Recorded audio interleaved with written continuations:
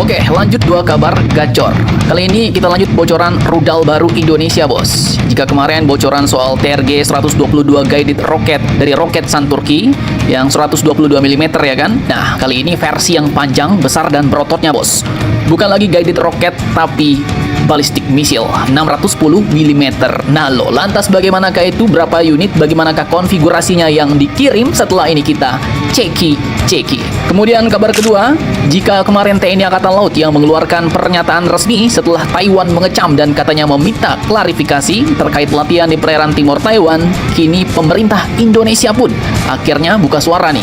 Bahkan juga kembali menyatakan soal One China Policy, kebijakan satu China. Nah, bagaimanakah itu sikap dan pernyataan pemerintah kita terkait protes dari Taiwan ini? Penasaran beritanya? Cus, Markibong, mari kita bongkar berita lengkapnya satu per satu, bosku.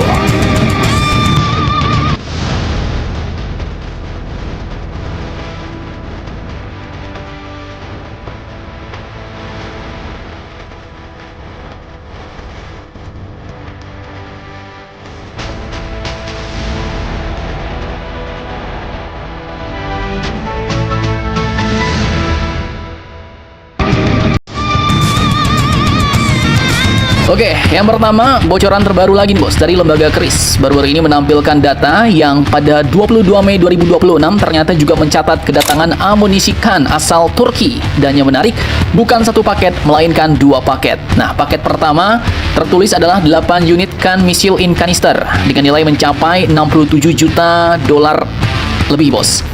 Jadi konsep MiG ini, missile in canister ini berarti ya rudal KAN-nya sudah ditempatkan langsung dalam kanister peluncurnya, bos, yang berfungsi membantu penyimpanan, transportasi, perlindungan sekaligus kesiapan peluncuran. Jadi ini bukan sekedar tabung kosong, melainkan bagian dari konfigurasi rudal siap operasi.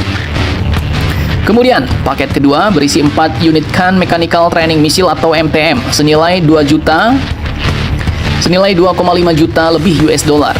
Nah, yang satu ini bukan amunisi tempur, bos, tapi bisa dibilang ini rudal dummy nih, 4 unit. Karena dari namanya dapat kita ketahui ini merupakan perangkat latihan mekanis untuk kebutuhan pelatihan personel. Mungkin untuk pelatihan penanganan, prosedur, dan simulasi operasional ya kan? Dengan kata lain, prajurit bisa belajar memainkan sistemnya tanpa harus membakar stok rudal tempur yang lebih mehong. Jadi inilah solusi hemat dan bijak untuk simulasi operasional, bos. Dan kalau digabung, kedua paket ini pun mencapai sekitar 69,75 juta US dollar yang terdiri dari 8 unit rudal KAN operasional dan 4 unit latihan. Dan ini juga menarik karena TNI Angkatan Darat sebelumnya telah mengkonfirmasi bahwa sistem rudal balistik KAN ini berada di Yonarmet 18 Buritkang, Kutai Kertanegara, Kalimantan Timur.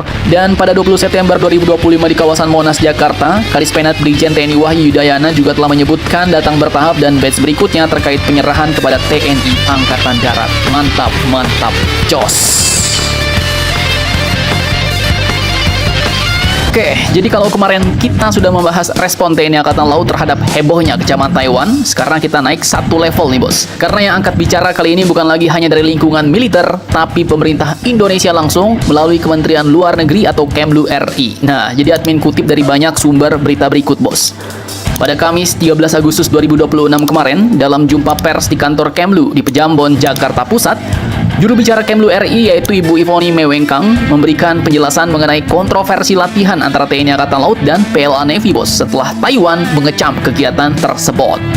Ibu Ivoni menegaskan bahwa kegiatan itu merupakan pacing exercise atau PASEX secara terbatas. Dan yang paling penting, itu bukan latihan tempur, katanya. Menurut Kemlu, PASEX adalah praktek yang lazim dilakukan antara Angkatan Laut ketika kapal melintasi suatu kawasan. Tujuannya adalah membangun komunikasi, kepercayaan, hubungan persahabatan, dan diplomasi maritim. Bahkan, Indonesia menegaskan bahwa kerjasama maritim tak hanya dilakukan dengan China, Indonesia juga memiliki interaksi pertahanan dengan Rusia, Jepang, dan Amerika. Jadi nggak cuma satu kubu, bos, tapi semua kubu nih. Sehingga pesan Jakarta cukup jelas, jangan langsung membaca KRI Ngurah Rai bertemu kapal perang China, lalu menyimpulkan Indonesia sedang memilih kubunya Pak Xi Jinping. Enggak, bos. Ibu Foni bahkan menegaskan bahwa Indonesia tidak melihat kegiatan ini sebagai balancing siapa melawan siapa.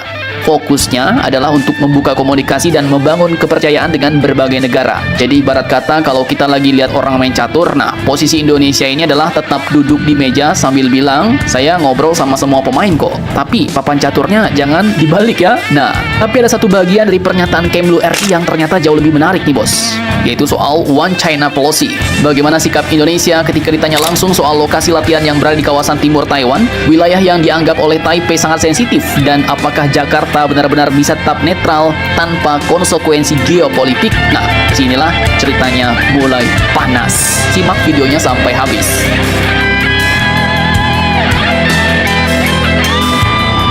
Oke, jadi ternyata Ibu Ivoni Mewengkang mengakui nih bos, bahwa pemerintah Indonesia sepenuhnya menyadari bahwa lokasi itu memang sensitif.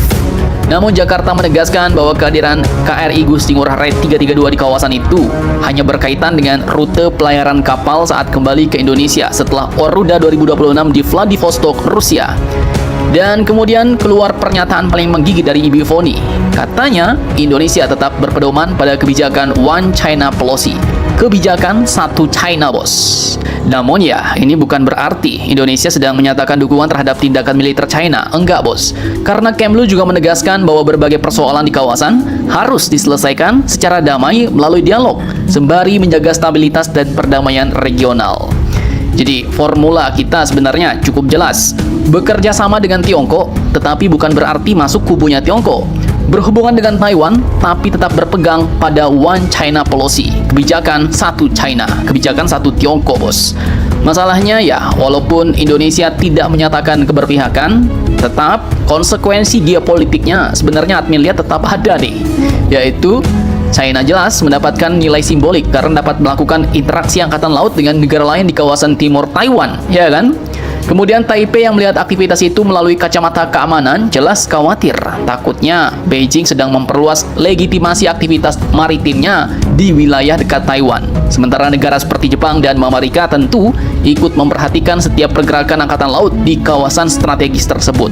Jadi bagi Indonesia mungkin hanya PASEX, passing exercise, latihan sambil lewat doang ya kan, sapa-sapa, salaman-salaman. Tapi bagi dunia geopolitik Indo-Pasifik, satu PASEX ini bisa berubah menjadi pesan strategis yang dibaca berbeda-beda oleh banyak pihak. Dan inilah menariknya bos, Indonesia, negara kita mungkin nggak sedang memilih kubu nih, tetapi posisi bebas aktif kita tetap membuat setiap langkah Indonesia diperhatikan oleh semua kubu.